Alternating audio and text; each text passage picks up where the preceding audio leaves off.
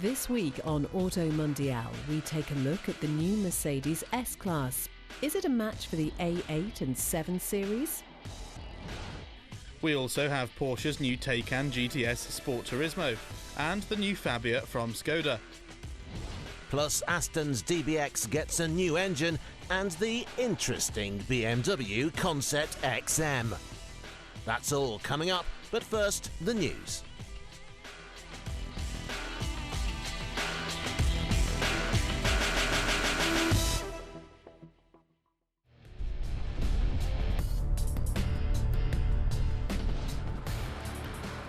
Stellantis, owner of various European and American car brands, has announced plans to bring in €20 billion in annual revenues by 2030 through operating more like a tech company than a car manufacturer.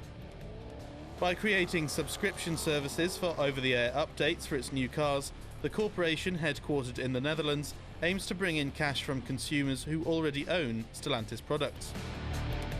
It estimates that it will have 34 million connected cars on the road by the start of the next decade, up from 12 million currently. Whether you agree with subscription-based upgrades for your car or not, it isn't just Stellantis brands looking to cash in. The VW Group has already trialled a pilot program in Germany that enabled ID3 owners to unlock certain features of their cars that would traditionally be spec'd from the dealer.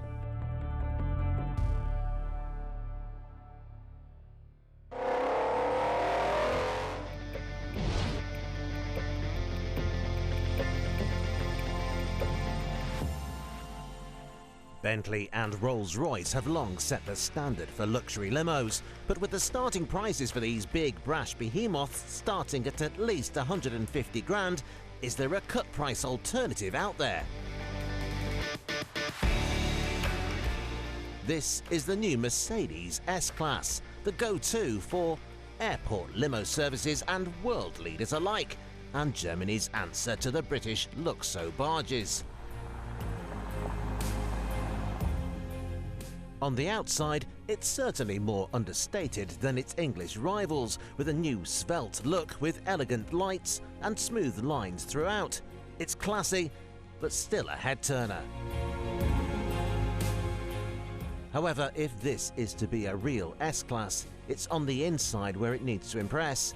Open the doors to have a look, and you won't be disappointed. There's all the wood and leather you could ever dream of, and a stylish dashboard with a beautiful 3-spoke steering wheel. The standout feature, though, must surely be the enormous infotainment screen. The 12.8-inch touchscreen uses Mercedes' MBUX operating system, which houses a vast array of tech. It can track your eyes, hand gestures and body language, allowing you to operate the system without leaving grubby fingerprints all over the screen. You can also control it by talking to it, though thankfully it's a pretty simple system whichever way you decide to use it. There's loads of space throughout the cabin, while massaging seats with 10 different programs and optional Burmester sound system will keep you as relaxed as possible. Other tech includes a 12.3-inch digital driver's display with 3D functionality, a host of radar and ultrasonic sensors and cameras to keep you from crashing, and customizable ambient lighting. With the new EQS filling the role of electric limousine, the S-Class is available with either a 282 brake horsepower diesel motor or a 429 brake horsepower petrol straight 6. With this under the bonnet, the S-Class can hit 62 from rest in 4.9 seconds. If that isn't quite fast enough for you though, an AMG model will be arriving at some point soon. But how does the impressive new S-Class stack up against its rivals from Audi and BMW? Well, starting with the A8, it isn't quite as tech-filled as the Mercedes, but it's far from agricultural. The interior is beautiful, if not quite as jaw-dropping as the Mercs. All models come with Audi's 48-volt mild hybrid system, allowing up to 50 miles per gallon for the 50 TDI diesel model. This is lowered with the optional bigger wheels, but we'd still opt for standard small alloys for the best possible ride quality. After all, this is a car primarily designed to be comfortable. In that vein, the A8 needs to be as quiet as possible. It's therefore fitted with Audi's familiar 48-volt mild hybrid system, which enables you to effortlessly glide between traffic lights. And there's this, the 7 Series. A car to be driven in rather than one to be seen in. Thanks to the divisive styling, the BMW puts outright luxury over high-end technology. The rear seats can recline like in a first-class airliner, and you could even spec a champagne cooler in between them.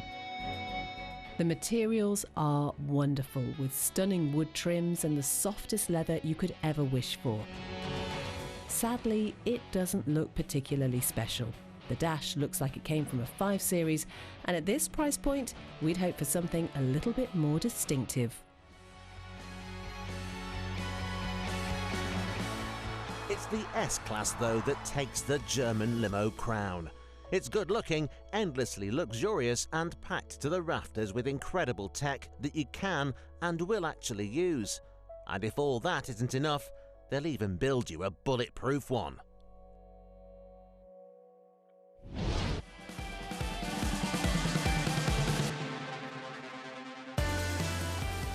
The Volkswagen Polo is one of the definitive super minis. In production since the 1970s, only the Ford Fiesta can rival it for heritage in the class. But the Volkswagen Group consists of various affordable car brands, and as such, the Polo's MQB A0 platform gets shared around. We've already seen the new Seat Ibiza, and now there is this, the new Skoda Fabia. It's the smallest offering in Skoda's lineup, with the Citigo now put out to pasture. Don't go thinking, though, that this is some cut-price, bare-bones, cheap and cheerful Polo.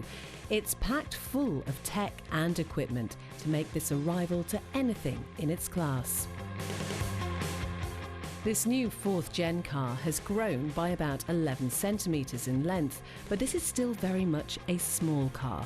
It gets a new look, courtesy of Skoda's new design language, with a big face reminiscent of the new Enyaq SUV.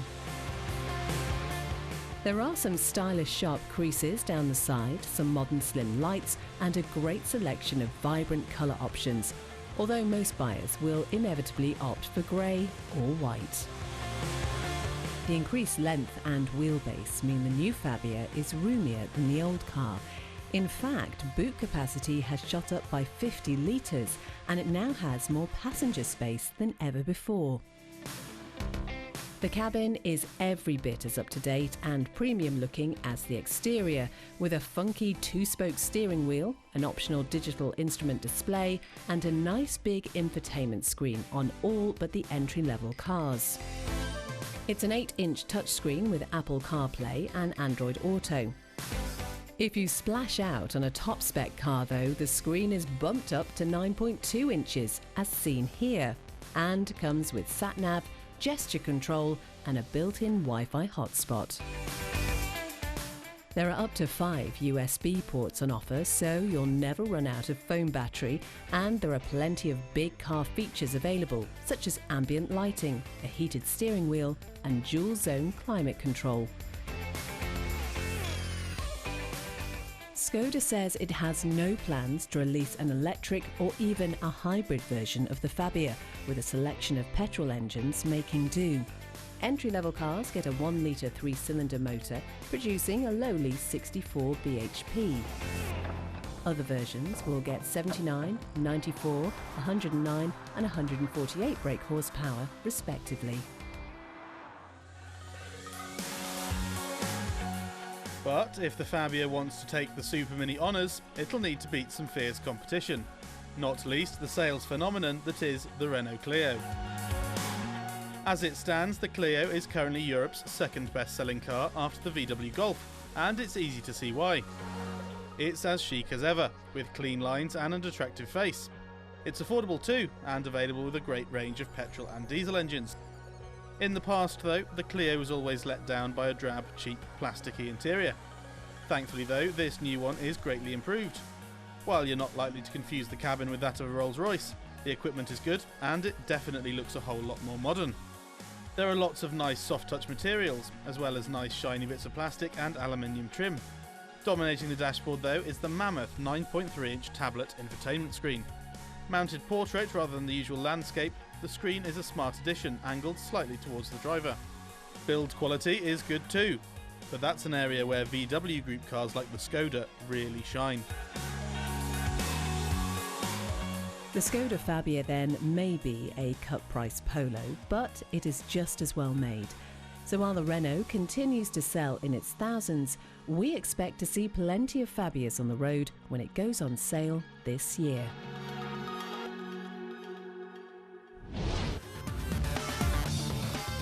Coming up in part 2, BMW's controversial new concept car, the XM.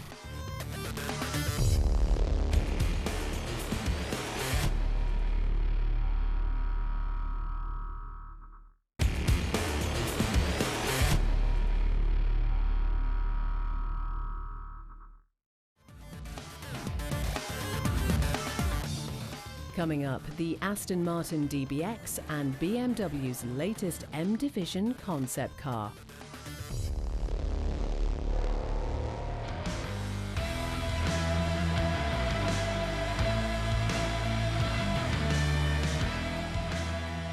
Just when you thought the extensive Taycan range was complete, Porsche has brought us this, the new Taycan GTS Sport Turismo. Also available as a saloon, the GTS model promises to be the most driver-focused version yet of Porsche's performance EV. Most interesting though is the new estate car body style. We've seen the overall shape before on the rugged, jacked-up Cross Turismo, but this new car is very much for the road. It sits lower than the Cross Turismo, and we suspect it will soon be available throughout the Taycan range. For now though, it's GTS only. Porsche calls it the sporty all-rounder of the range. Sitting in between the 4S and the Turbo, it gets 590 brake horsepower and can hit 62 from a standstill in 3.7 seconds onto a top speed of 155. The hard work though is to be found underneath, where a revised chassis setup has been engineered to benefit lateral dynamics. In plain English, the suspension has been tweaked to improve the handling. The optional rear axle steering has been upgraded too, being this should be the EV for sporty driving. To help it stand out from other Taycans, it gets darker tinted trim inside and out, and plenty of Porsche's Racetex fabric, the brand's own version of Alcantara. The range is 313 miles thanks to a 93.4 kWh battery, which Porsche calls Performance Battery Plus. Handily, with a 270 kilowatt DC rapid charger, you can add an extra 62 miles of range in just 5 minutes. Prices start at £105,000, putting it roughly in the middle of the Taycan range.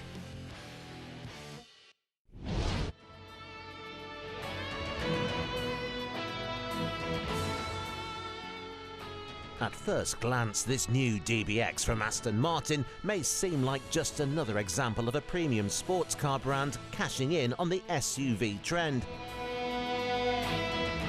Porsche has done it, so has Lamborghini, and even Lotus is planning a 4x4 to complement its new Evija hypercar. But for Aston, the DBX is a crucial part of the brand's renewal under new management. Aston has its sights set on selling a lot more cars and has even given the DBX a new 6-cylinder engine exclusively for the lucrative Chinese market. However, an SUV is new territory for Aston, so how have they got on? Well, from the outside at least, the DBX is refreshingly good looking for a car in this class. It gets a proper Aston grille, more traditional than the recent ones we've seen on the latest Vantage and DBS Superleggera. In fact, despite its 4 doors, high ride height and general SUV-ness, it does actually look like an Aston Martin. At the back you find a slightly incongruous Vantage-style ducktail spoiler that we reckon will take some time to get used to, but there are other subtler Vantage-inspired details. The exhausts, for example, are surrounded by perforated mesh, and a full-width taillight follows the contours of the spoiler. Apart from the aforementioned Chinese market 6-pot model, all DBXs get the same AMG-derived engine as the Vantage, but this time the 4-litre V8 has been tuned up to 542 brake horsepower. 0 to 62 miles per hour is dealt with in just 4.5 seconds, onto a top speed of 181.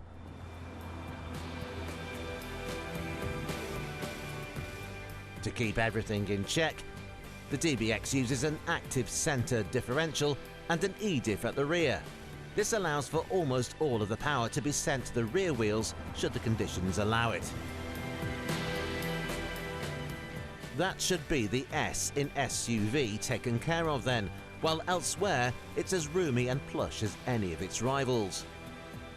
There's enough room for tall adults to travel comfortably, while the full-length panoramic roof gives the whole interior a nice airy feel. In fact, the cabin is possibly the best in Aston's current lineup. It still uses the same design language, but it suits the DBX more than it does a DB11. And while it goes without saying this is by far the most practical car Aston has ever built, there's an optional pet pack for muddy dogs, and there's a host of optional roof boxes and bike racks to choose from. But Aston isn't the only British brand with a fast 4x4. This is the Jaguar F-Pace SVR, complete with a 5-litre supercharged V8, good for 0 to 62 in 4 seconds, 0.5 of a second quicker than the DBX. Despite this though, the Jag is roughly half the price of the Aston, and it's far from pokey inside. The interior is modern and luxurious, with all the bells and whistles you'd expect on a Jaguar. The exterior has also had some upgrades over the standard F-Pace. It gets a much sportier look than the regular car, with a louvred bonnet, subtle rear spoiler and a lower, wider body kit. So, what justifies the Aston's £160,000 asking price? Well, the cabin is that bit posher than the Jags, and the whole car is just that little bit more polished. We suspect, though, that the biggest reason is the badge on the front. Buyers will always pay more for an Aston Martin, but it does make the F-Pace seem like great value for money. With Aston's recent struggles, the DBX seems to be just what the brand needs. And to some extent, it has put all of its eggs in the SUV basket, having built a brand new factory in South Wales for its production. But we do think it'll be successful as a gateway into Aston Martin ownership. And at the very least, it's a lot better looking than a Bentley Bentayga or Rolls-Royce Cullinan.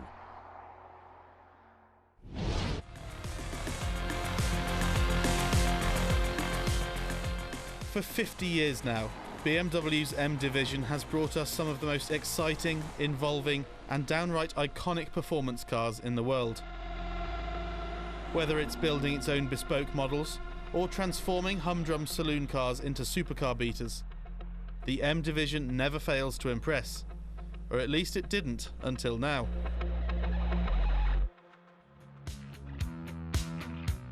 You see, to celebrate its half-century, the M division hasn't revealed some 1,000 horsepower track toy, nor has it made a lightweight stripped-out coupe. Instead, it's built this. Yep, 50 years of creating legendary performance cars is being celebrated with a plug-in hybrid SUV, and an ugly one at that. It's called the Concept XM, and we're sure you've already seen the countless articles and online forums documenting its styling. So we shall try for the best part to ignore it. We shall instead try to focus on some of its redeeming features. The colour, for example, is quite nice, and we like the wheels. If we're honest though, we're not all that surprised by it. BMW's disruptive design has garnered quite a reputation recently, and it doesn't look like that's going to end anytime soon. Thankfully, the XM is just a concept car, and there's no danger of it appearing in dealerships anytime soon. We might, however, see its really rather impressive drivetrain. It's powered by a turbocharged V8. We suspect the same one found in the fabulous M5. In this case, it's paired up with an electric motor to produce a staggering 739 bhp and 738 pounds-feet of torque. BMW says it has an electric range of 50 miles, comparable to the current X5 PHEV, so hopefully we'll see a similar setup in one of BMW's upcoming models. The Concept XM might not be the M Division's greatest hit then, but it does at least offer hope for more Bavarian performance icons in the future.